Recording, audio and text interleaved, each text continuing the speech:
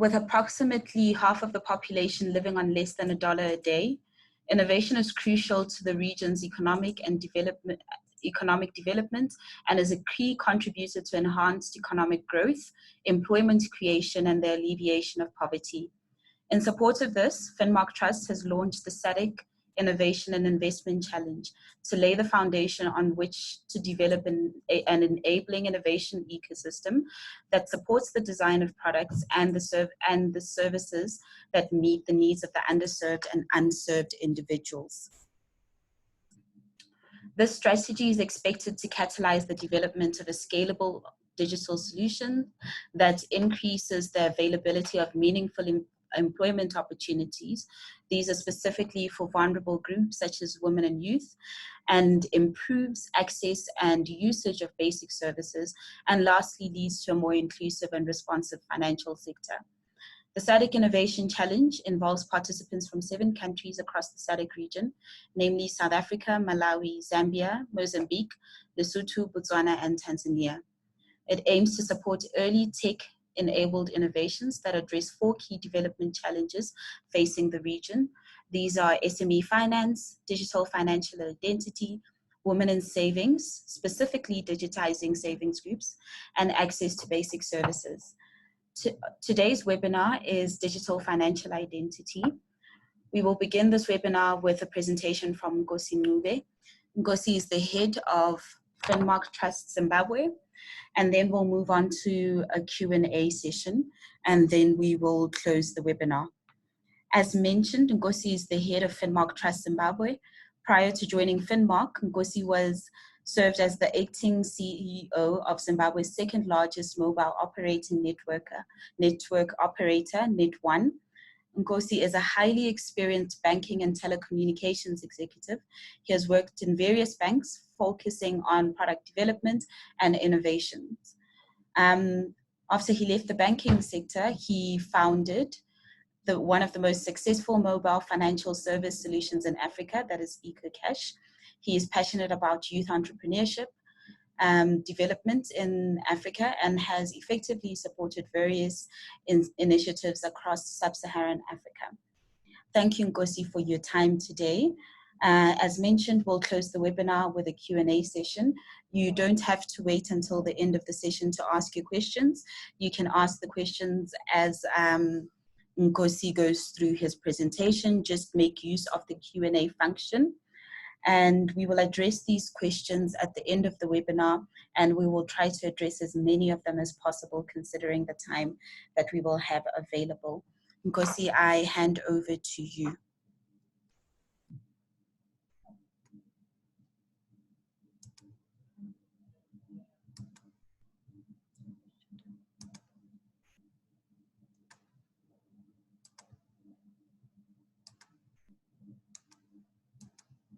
What is happening?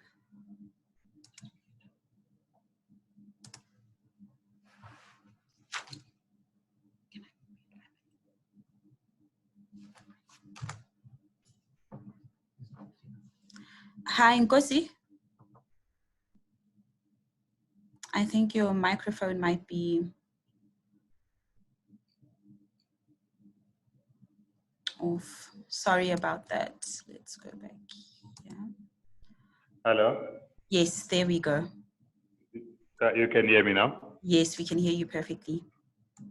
Okay. No, sorry about that. So good afternoon to everyone, and thank you for your time. Thank you for joining the FinMark Trust Innovation Competition, and also taking time to share with us. So today's webinar, really would like it to be as interactive as possible. But what I will do, I will run through the slides that I have. And then as Kgomotso said, during the process, you can always share the question through the app available. I'll also share on the presentation the sources, some of the key sources, and also the document that FinMark has on this subject. This particular document will also enable you to dive deeper into other sources. So there's quite a bit on the information sources that we'll share.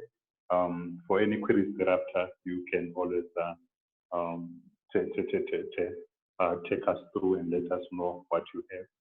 So I'll go to the problem statement to quickly take you through the problem statement that we have.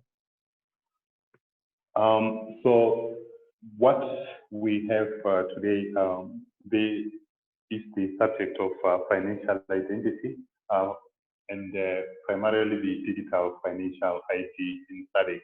So you find that the presentation will try by all means to bring it closer to Africa and also try to make sure that we share within the African context. And then the other more important context is that what we are doing at FinMark here is making market work for the poor, primarily on financial inclusion.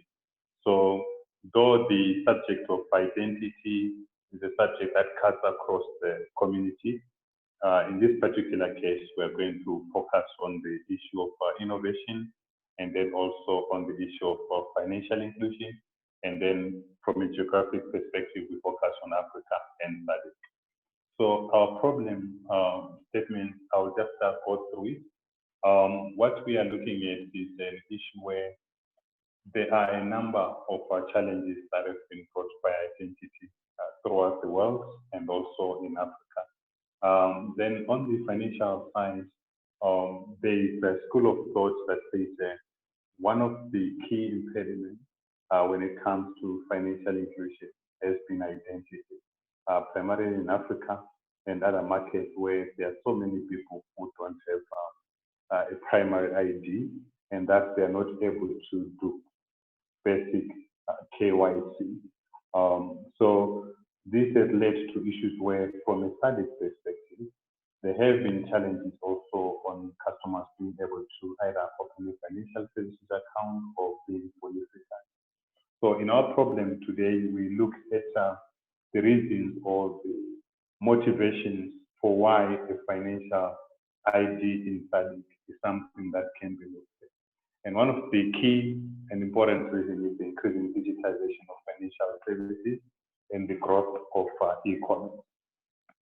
Speaking to innovators, you find that as you develop your various solutions, you always realize that there comes a time when you have to know who your customer is and also identify that particular customer and effectively even integrate to other, either be it a mobile network operator or be it a bank. Issues of identity always come through, and that's one of the issues that we'll look at today. The other motivation is the progression of regional electronic payment arrangements. FinMark has played a very key role on the regional front when it comes to things like barriers, the payment integration across the region to say, how do payments move from one country to the other? And how do we look at borders but come up with a solution that will cut across borders? The other motivation is indication that the public policy drivers favor a digital ID. We believe that it is now ripe for us to start talking about a digital ID which can be used for financial purposes and for financial transactions. So today, the challenge is really to say, how do you develop a solution that tackles the above and that tackles the issues of financial ID. So I'll now go to just defining what we mean by identity and the background of why we are where we are today. So if you look at the World Bank under the background, you find that there are many people across various countries today who do not have a basic ID and that they are not able to fulfill basic KYC requirements. The World Bank and other bigger institutions have done quite an extensive work on the issues of ID. So you'll see even on the sources, we have referred you to some of the work that the World Bank has also done. So in the financial sector, regulators are concerned about the issues of identity, primarily because when it comes to the issues of identity, one of the key things that we should always mention from the onset is the issues of anti-money laundering and combating of financing of terrorism. So a regulator, the moment you talk ID or you talk KYC, they will underline that it's important for you to always make sure that whoever uses your platform or whoever uses your system is someone who has been fully ID and is known to you as the originator or the business owner. This is meant to combat issues like money laundering and financing terrorism. So KYC is the cornerstone of financial services. Why? Because a financial services platform that you innovate on any given day it tends to accumulate systemic risk. It tends to also infect other payment systems that are already working or that are already existing in any particular jurisdiction. So sometimes you may look at your own solution and look at it in isolation, but from a regulator point of view, from AML, CFT point of view, whatever payment system that you bring aboard, it has got a direct bearing or a direct impact on how the payment system is like. So now I will go to the issues of our definition to just so that we are all aligned as to what it is that we are talking about. So there are three issues that we need to bring into play when it comes to the definition. So the first one is to say, in any jurisdiction, there is what we call an identity. So first of all, we identify a person and say, how do you identify a person? So an identity basically is a collection of attributes which uniquely identify an individual or an entity. So this collection of attributes has to be unique because it's what defines a particular person. Now, going a step down, those attributes, when they are captured and stored digitally, this could be through a chip or a machine readable format. The composite is then what is called a digital identity. So a key use for digital identity is to assert one's identity online and by authenticating that particular person remotely without any human interface. So one of the reasons why there's been a push for digital identity is also in recognition of the challenges that some people have in order to be physically present in a particular environment. That's the need for a digital identity. But then we then go further now when it comes to digital identity, say, would have proved your identity, and then if it's captured or stored in digital, then there's the element of it being a digital identity. But then what we then look at from a financial services point of view is the financial identity, which is a form of identity that could be issued by reliable financial service providers or regulators or someone who has got an element of trust.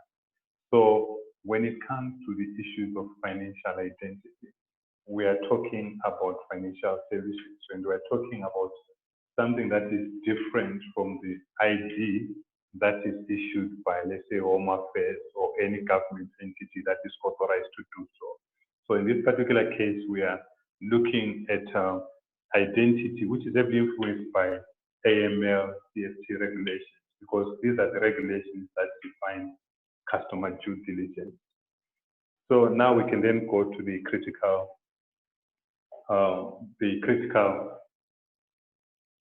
factors that come with the financial when it comes to financial inclusion. So one of the key issues is the customer due diligence, which I've referred to previously. And customer due diligence is associated with knowing your customer fully, so that as that particular customer transacts on your platform, in the event that anything happens, you are able to go back to that particular individual. You know who they are, you know where they were born, you know their date of birth, you know where they stay, and then you also know their source of income. So the parameters when it comes to customer due diligence, usually we say, who's this particular person? Where do they stay? Which is why we always need a proof of address. What is their source of income? Because if they are going to be transacting in a financial system, you need to know where that money at least comes from. And then that money, as it leaves a trail, digital trail, you are able then to associate it with a particular individual. The other issue is which has to be combating money laundering. Money laundering is a big issue when it comes to financial payments, money transfers, money going around. We have to make sure that we don't promote crime with it. The other factor is the issue of cost.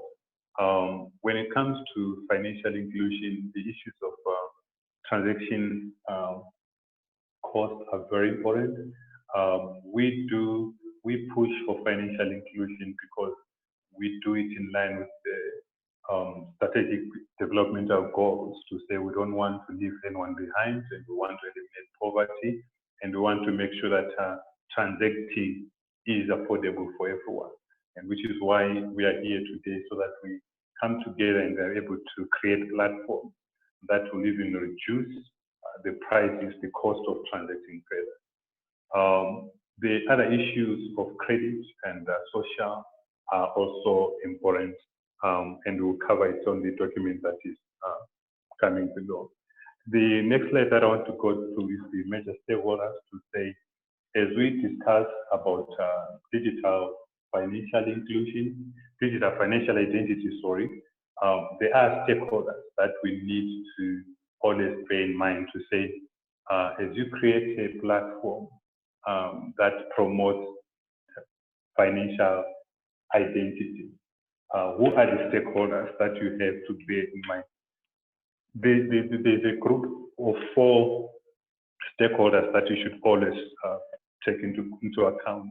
And this is the government, the regulator, financial services providers themselves, and developmental organizations. So within the government, you find that there's always the Ministry of Finance, which controls the purse in the country. And there's always the Ministry of Home Affairs. For instance, if you go to a country like Lesotho, you'll find that the Ministry of Home Affairs is the one that drives the primary identity of an individual in the country. Go to South Africa, you go to Tanzania or any country, you find that there is a government entity which is the co-custodian of the identity of its citizens. Because now we're talking technology, you find that we have to work with the Ministry of ICT along the way. So from a regulatory perspective, we find that the central bank, the revenue authority, the insurance companies, utility companies, also some of the stakeholders that you need to contact, because whatever solution you develop, it has to be accepted by these primary regulators. It is only when these regulators are able to accept your system, your solution, that you find that financial services providers as well who welcome it. So financial services providers, they look at things from a very different perspective, from a business case perspective, and they don't want something that will expose other customers or expose other payment systems. And that's when it comes to the issues of integration. Because when you develop a solution, it will have to integrate with the bigger banks, with the MNOs, with the other fintechs, with the insurance companies, with the retail association. So it has to be secure, robust, and follow the rules that are set by the regulator. From developmental organizations like FMC, World Bank, UN, our role is to make sure that no one is left behind, and more research is done on these issues, and more information is shared. I'll quickly go to just to share one slide for a fraction of a second. As I said that when it comes to digital financial ID, when it comes to financial inclusion, when it comes to the issues of customer due diligence, there's what we call FAT3 recommendations, which are talk on customer due diligence, which are push for anti-money laundering and financing of terrorism. they clearly spell out what is acceptable as a part of identity and why it should be. There should be an element of identity. The primary issue that I need to underline on this one is that there is no system that should have anonymous customers. So whatever system that you are developing from a financial services provider point of view, we should always know who the customer is. I'll quickly go to the next one, which is the motivation for why there's a need for digital KYC. So the issues of digital KYC is motivated, like I said, by low financial inclusion, where we're saying we've got so many customers in country and at SADC level who are not yet identified. And we are saying those customers, sometimes even if when they are identified, we find that from a financial perspective, there's need for us to develop a solution that can identify customers either within the country or within the region. This then takes us to the issue of cross-border accounts, where we're saying if a customer is traveling from Malawi to South Africa and the customer is fully figured in Malawi, what stops South Africa from opening an account for that particular individual? What kind of a solution can you come up with which will be fully recognized in Malawi to Zimbabwe in country and then can be used by the whole of the region? So we want to improve the issues of KYC, but we also want to do that within the regulatory framework. I'll go to the next slide to say, in all this that we say when it comes to the issues of identity, and as you develop a project that touches on issues of identity, you have to realize that there are risks and challenges that are involved. And the risks come in various forms. There's the political risk, or the political challenge, the political complexity which comes with it. There's also issues of data protection, data privacy issues which come there. And then there are also issues of cost. For instance, if I go to the next slide, the issues of political complexity vary and they pit one player against the other. So one has to be very smart as to how they play around with the issues of political complexity in the country, to say the Minister of Home Affairs is in charge of the ID, but when it comes to the financial ID, you then are talking to a central bank and other parties. So one has to be careful as to how they handle that particular issue. Then when it comes to the issues of data protection and privacy, when we are doing a project that has to do with digital ID, you are going to the core of a person, to the fundamentals of that particular individual, and you are getting the most important detail or information about the person. So issues of data protection are very important. Issues of privacy are very important. So one is to factor that in as well to make sure that you don't compromise. And then the other one, when it comes to risk and challenge, is the cost and sustainability. So developing an ID bit from a system side where the ID is not a physical one or from a physical one, or whatever vendor that you are bringing across, you find that it always carries cost. So the cost and the sustainability of a solution is something that is key and has to be handled properly. If I go to the benefits of digital identity, so quickly the benefits vary. So when you are developing your solution, you have to look at user, you have to look at the identity provider, you have to look at the regulator, you have to look at the financial institution, and you have to look at yourself as the fintech to say, as the fintech, as the provider, what's your revenue stream like? What is it that you are, what problem are you solving? And how are you solving that problem? And what kind of products will you then put across?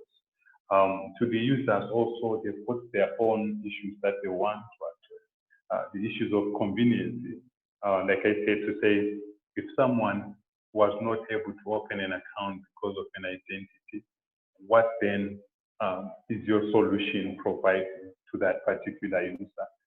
The same applies to the regulator. The regulator needs to also see benefit in the solution and also able to say to a regulator, what do you say? For instance, you can say to a tax, to a regulator and the tax man, say, because of my solution, you'll be able to account for each and every citizen in the country, and you're able to trace how they contribute to the tax issues. And that then shows the benefits to the country.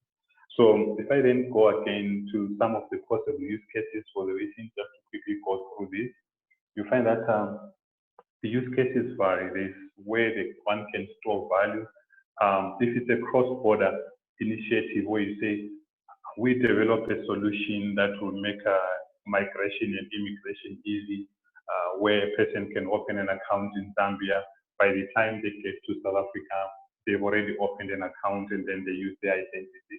So to say, how do people flow across the region using your particular platform? How do they store value, and what is the business case for the FSP? So going to the next slide on the factors that drive digital identity. So as I have said, when you are looking at your solution, look at the country side, where your particular country, say there's Zambia, this is the contribution, but also look at the static side, because we are interested in the static elements as well, to say, in line with static integration, what is your role and what kind of solution are you coming up with to make sure that from a static integration side is promoted. So from static, we are saying increasing digitization of financial services and e-commerce is one of the key factors. So we want e-commerce to grow, because as e-commerce grows, financial inclusion grows, issues of cross-border remittances are managed, high migration is managed as well, and the costs are taken down. So regional identity can help ease the trade-offs and also allow governments to help these people, allow the taxmen to collect more checks, and then lower also KYC costs. As you lower KYC costs, you are lowering the cost of banking and you're improving financial inclusion. Going to the other slide, just to underline that cross-border ID use case is one of the key use cases that you can closely look at and see how you can come up with a solution that cuts across the border, to say what kind of a solution you develop for a person in Lesotho who will be working in Eswatini, or will be working in Mozambique, or will be working in Zambia. What are the cross-border issues? Which is why if you look at the next slide where we're saying the potential cases or approaches, we look at the flow of people and the flow of goods across the border. So the potential use cases are that from the people are no longer just staying in their country, but they now are able to cross the border. So as they cross the border, what is it that they cross the border with? How is it beneficial to migration? So I'll jump to the other slide for the flow of goods. So on the flow of goods, we're saying from a cross-border perspective, there's the people element going there, opening the accounts themselves. But then there's also the issue of trades, which comes into play. So the two elements that we need to address, the categories are the flow of people and the flow of goods. If you look at the next slide, it also looks at the flow now of goods, where we're saying within SADC, as we talk of import and export, how do we reconcile that with the high standards of KYC? How do we start talking about regional digital financial identity that helps to lower the cost, but still maintains the high standards of AML and then CFT. Going to the next slide, I would like to conclude by saying, from this perspective, there's so much information that we have within the digital financial ID. So the key thing that we like to underline is that we are looking at financial inclusion in Africa across SADC. So the solutions that we look at is solutions where we say within the country, what kind of solution can you come up with which can help you to hook up with the rest of SADC. For digital entity to make sense for FSPs, financial service providers, it needs to be widely adopted, trusted, and something that works well with the standard that have already been said. So FSPs will not adopt a solution that does not work well with the standards that are already there. The government and the regulators approval is always a must, and it's something that we should also bear in mind to say, when you're talking to the government and you're talking about identifying a person, in as much as it is a financial instrument, the government always takes an interest on that one. So from a product development perspective, as we are developing a solution, the business case for your solution is very, very important, because one of the key issues in financial inclusion is that whatever it is that you develop has to be done so within a low cost base. But as a business person, you have to also make money and make sure that it's sustainable. It can take you from point A to point B. How do you do that, and what kind of providers, what kind of stakeholders do you bring into the table? So there are a few use cases that we have attached. So if you go to the next slide where we are talking about what's next. So what then comes later on is that you then develop a solution that addresses the possible use cases for digital financial ID in SADC, where now you then look at the challenge that is brought by identity in your country and across SADC, and build a viable business case for a technically feasible solution. And as I said, the technical feasibility of the solution and the viability of the solution is very key. Why? Because you are dealing with a very sensitive subject of identity, and also a very sensitive subject that touches on issues of money laundering, corruption, financing of terrorism. So your system will be critically looked at.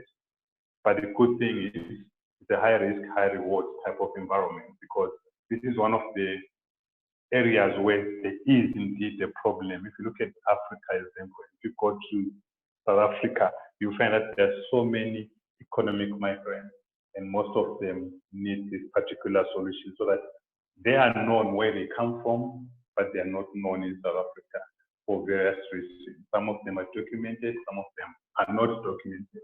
Issues of migration are all these humankind, so you always find those issues.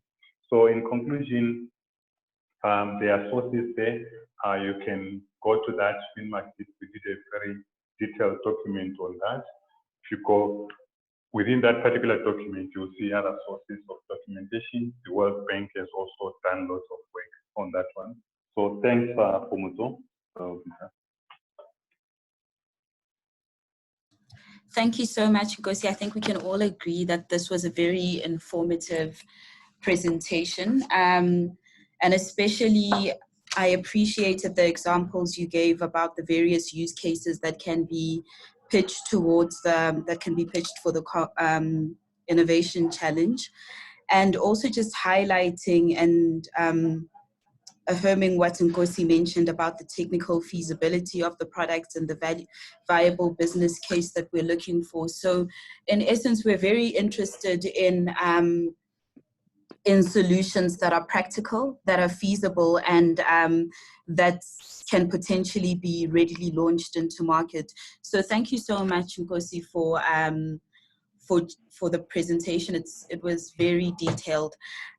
So just a question, I'll just start off with a question from my end, then I'll take some of the questions that we've received from the audience. So you have a very broad experience in the finance sector and the telecommunications sector, and in supporting, you've started your own business and you've supported the development of many companies.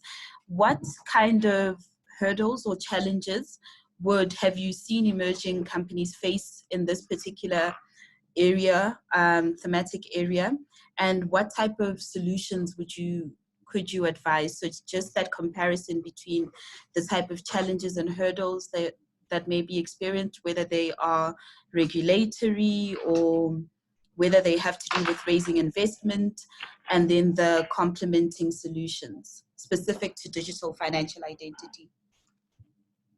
Okay, no, thanks very much, Kgomotso. I think the key one, you've already touched on it. So you find that the biggest challenges, usually we divide them into three. There's the external one, which really has to do with the macro environment. By macro, where we look at the regulatory side of issues. So as I did indicate that some of the initiatives, primarily initiatives like where you are focusing on digital identity, financial digital identity, there's always sometimes a challenge that a government, and the government may not really understand what you want to do, or they may think that we are now encroaching into their territory or into their space, which is identity. So you have to explain it very, very well to the government stakeholders as to what it is that you are trying to do. The same applies to the regulator. So you find that most of the initiatives, they die in the desk of the regulator. Why? Because sometimes the regulator may not also understand your proposition. So these days, as you develop something new, as you innovate, you must realize that you are coming up with something new, and it needs you to educate the stakeholders that you are dealing with, starting off with the government and the regulator. The other one is also then comes down to the private sector, where if you are a fintech and you are coming up with something like this, where you want to work with an FSP, be it an FSP or a mobile network operator, you need then to now start to integrate to bigger spaces, or to the FSP, to the bank, to the retail associations, or to the key retailers in the country. Again, you need to be able to tell your story. Some MNOs may not give you space to integrate because they will start telling you the issues of data privacy, data protection. So you find that most of these issues, in the way now we are struggling to integrate to an FSP or the biggest player that you want to integrate to, it goes back to how you tell your story. So one of the biggest issues that you need to know is to say you need to know your product as well and confidently explain it and be able to tell the story. And how do you tell your story? You tell your story by underlining the benefits of your solution to the regulator, the benefits of your solution to the FSP or the particular entity that you are dealing with. So by so doing, you are making the other party also see how you are bringing value. And from there, they're able to open up for you. Thanks.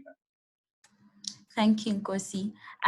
Just another question. So have there been any notable efforts with regard to digital financial identity in the continent that have really stuck out, or that we can, that the participants can look at as something that has been a success?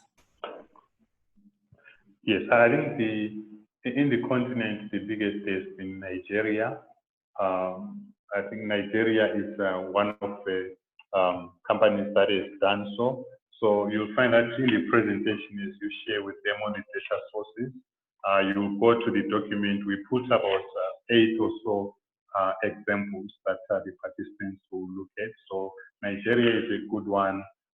Then India, from outside the continent, Sweden. So we've got examples that we've put in the presentation under the sources. Perfect. Thank you so much. We've got one last question, and we've got just a few more minutes, about 4 more minutes. So if there are any burning questions that may be general or specific to the solution that you have in mind, I think we can take one more question after this. So please do ask. So Carlos just mentioned that that there's some initiatives that have been driven or developed by entities such as the World Bank, for example, ID for All and the African Union, ID for Africa. So just considering these efforts that have been donor-led or that have been led by entities such as these, do you see them trickling down actually to the man on the street, or are we still quite some way far away to where we'd like to reach? For example, in your presentation, you mentioned economic migrants who have some form of identity in the countries that they originate from, but when they enter into another country, then that identity is lost, which compromises their ability to participate and to access financial services. So these things that are being done by international donor organizations or entities such as the African Union, do you see them translating and trickling down to the average man on the street? Oh, thanks, Kgomotso. So there's a lot that is being done by the international community. The World Bank is doing a lot. GSMA is doing a lot. So yes, indeed, there's so much that has been done. So if you go and check on most of those things that have been done, what seems to be lacking now is the fintech leg. So where we are sitting and how we see it, we are saying there's so much that has been done from a macroeconomic continental level. How do we then have a fintech taking advantage of that and being able to bring it to the men on the street? So that's exactly the purpose of this particular competition, to say, looking at what has been done up there, how do we bring it closer home to the men on the street? Actually, that's the key. But yes, there's something that's been done, and also, so it has made life easier for people to now start appreciating it and being able to open up. So now the challenge is, how do you bring it down to this particular level?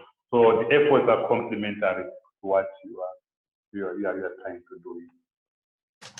Awesome. Thank you so much, Nkosi. So we've reached the end of our webinar. Thank you so much, Nkosi, for the presentation and the engagement over this topic.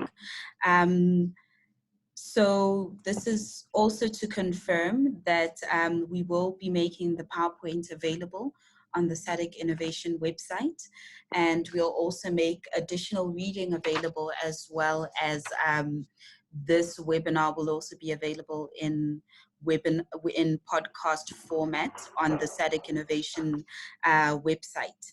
So please do make use of those resources. Please use them thoroughly.